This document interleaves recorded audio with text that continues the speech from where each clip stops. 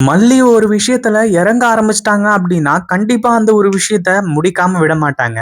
அதுலயும் இப்போ நம்ம மல்லி இருந்துட்டு விஜய் கிட்டலாம் வந்து இந்த மாரி பரிகாரம்லாம் பண்ணணும். அந்த பரிகாரம் பண்ணா கண்டிப்பா வெண்பா நம்மகிட்ட கிடைச்சுருவாங்க அப்படிங்கிற மாரி வந்து சொன்னாங்க.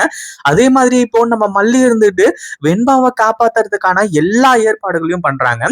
அதாவது ஏற்கனவே விஜய் இருந்துட்டு அந்த வீட்டுக்கு வர்றதுக்கு எனக்கு புடிக்கல. வெண்பா இல்லாத அந்த வீட்ல என்னால இருக்க முடியாது அப்படிங்கிற மாரி வந்து சொல்லி, இப்போ நம்ம விஜய் இருந்துட்டு ஆபீஸ்லயே தங்கிக்கணும் அப்படிங்கிற மாதிரி முடிவு பண்ணிட்டாங்க.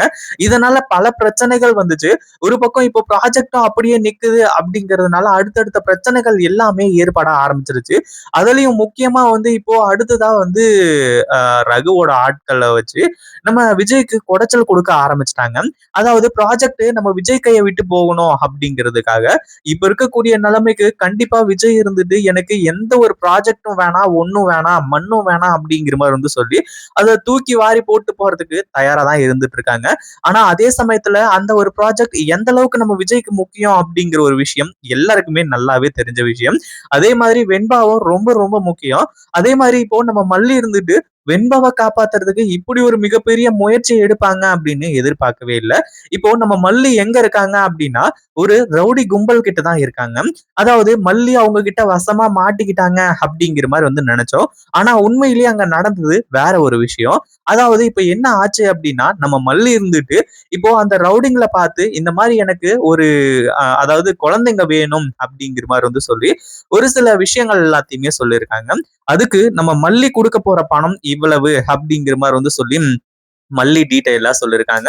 அதாவது மல்லியால அடுத்தடுத்து வந்து எல்லா ரவுடிங்களையும் வந்து போயிட்டு அவங்கள வந்து எதிர்த்து ஃபேஸ் பண்ணி கண்டிப்பா வெண்பா எங்க இருக்காங்க என்ன ஏது அப்படிங்கிறத கண்டுபிடிக்கிறது கொஞ்சம் இல்ல ரொம்பவே கஷ்டமான ஒரு விஷயம். அதே மாதிரி இப்போ நம்ம மல்லி இருந்துட்டு அங்க வந்து ஒரு அதாவது ஒரு அந்த இடத்துல வந்து அந்த குழந்தைங்களை வாங்கக்கூடிய ஒரு பார்ட்னரா இல்ல வந்து அடுத்ததா வந்து ஒரு கிளைண்டா அந்த இடத்துல போனதுதான் நம்ம மல்லியோட பிளஸ் பாயிண்ட் அப்படின்னே சொல்லலாம். அதுவும் இல்லாம அந்த ரவுடிங்களும் இப்ப எல்லாருக்குமே போன் பண்ணி அவங்களோட லிங்க்ல யாரெல்லாம் இருக்காங்களோ அவங்களுக்கு போன் பண்ணி இந்த மாதிரி வந்து குழந்தைங்களை ஏதாச்சும் கடத்த வச்சிருக்கீங்களா, அதே மாதிரி அந்த குழந்தைங்களை வித்தா இவ்வளவு பணம் அப்படிங்கிற மாதிரி வந்து சொன்னாங்க. இப்போ நம்ம வெண்பா இருக்கக்கூடிய இடத்துல இருந்து நம்ம மல்லிக்கு இன்ஃபர்மேஷன் வந்தாச்சு. ஆனா உண்மையிலேயே நம்ம வெண்பா அங்கதான் இருக்காங்களா அப்படின்னு சொல்லிட்டு நம்ம மல்லிக்கு தெரியவே தெரியாது. ஆனா அதே சமயத்துல கொஞ்சம் கூட யோசிக்காம நம்ம மல்லி இருந்துட்டு இவ்வளவு பெரிய விஷயத்த செய்யறதுக்கு எப்படி துணிஞ்சாங்க. அதாவது ரவுடி கும்பலுக்குள்ள போயிட்டு என்ட்ரி கொடுக்கறதே வந்து ஒரு மிகப்பெரிய சாதனை அப்படின்னே சொல்லலாம். அதுவும் ஒரு பொண்ணு போயிட்டு அதாவது ஒரு லேடி போயிட்டு அங்க வந்து இப்படி ஒரு டீல பேசிட்டு வந்திருக்காங்க அப்படின்னும் போது கண்டிப்பா அது கொஞ்சம் கூட யோசிக்க முடியாத ஒரு லெவலுக்கு இருக்க போகுது அப்படின்னே சொல்லலாம். இப்போ என்ன ஆச்சு அப்படின்னா நம்ம வெண்பாவுக்கும் கூட இருக்கக்கூடிய இன்னொரு பொண்ணு மொத்தம் 2 பொண்ணு வேணும். ஏன்னா மல்லிக்கு வெண்பா எங்க இருக்காங்க அப்படிங்கிற ஒரு கன்ஃபர்மேஷன் கிடைக்கணும் அப்படிங்கிறதுக்காக இந்த ஒரு விஷயத்த செய்யறாங்க. அதே மாதிரி இப்போ அந்த வெண்பாவை கடத்தி வச்சிருக்கக்கூடிய கும்பல் கிட்ட இருந்து சரி ஓகே ஏன்னா 2 பொண்ணுக்கே 20 லட்சம் அப்படின்னு உடனே ஓகேன்னு சொல்லிட்டாங்க. அதுக்கப்புறம் தான் வந்து நம்ம அதாவது மல்லி இருக்கக்கூடிய அந்த இடத்துல இருக்கக்கூடிய ரவுடிங்களுக்கு இன்ஃபர்மேஷன் வருது. இந்த மாதிரி ஓகே எங்க கொண்டு வந்து கொடுக்கணும் ஸ்பாட் பேமெண்ட் தானே அப்படின்னு சொல்லிட்டு எல்லா டீட்டெயிலும் கேட்கறாங்க. ஒரு பக்கம் நம்ம மல்லி இருந்துட்டு அவங்களோட அந்த குழந்தைங்களோட போட்டோவை நான் பார்க்கணும், போட்டோ அனுப்பி வைக்க சொல்லுங்க அப்படிங்கிற மாதிரி வந்து சொல்லி கேட்கறாங்க.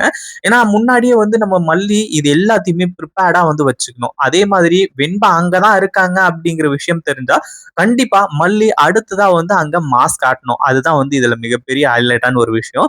அதே மாதிரி வெண்பாவோட போட்டோவும் இன்னொரு ஒரு பொண்ணோட போட்டோவும் வந்து அந்த ரவுடிங்களோட போனுக்கு வருது.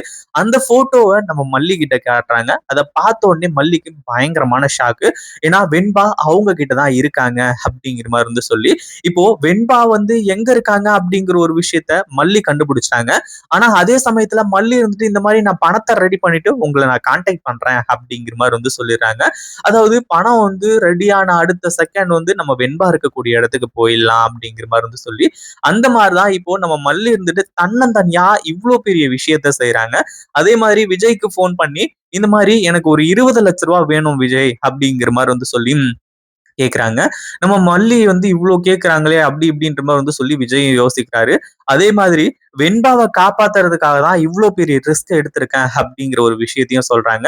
இப்போ நம்ம மல்லி கிட்ட பணமும் வந்துடுச்சு. அந்த ரவுடிங்க கூடயே போயிட்டு வெண்பா இருக்கக்கூடிய இடத்துலயே மாஸ் என்ட்ரி குடுக்குறாங்க.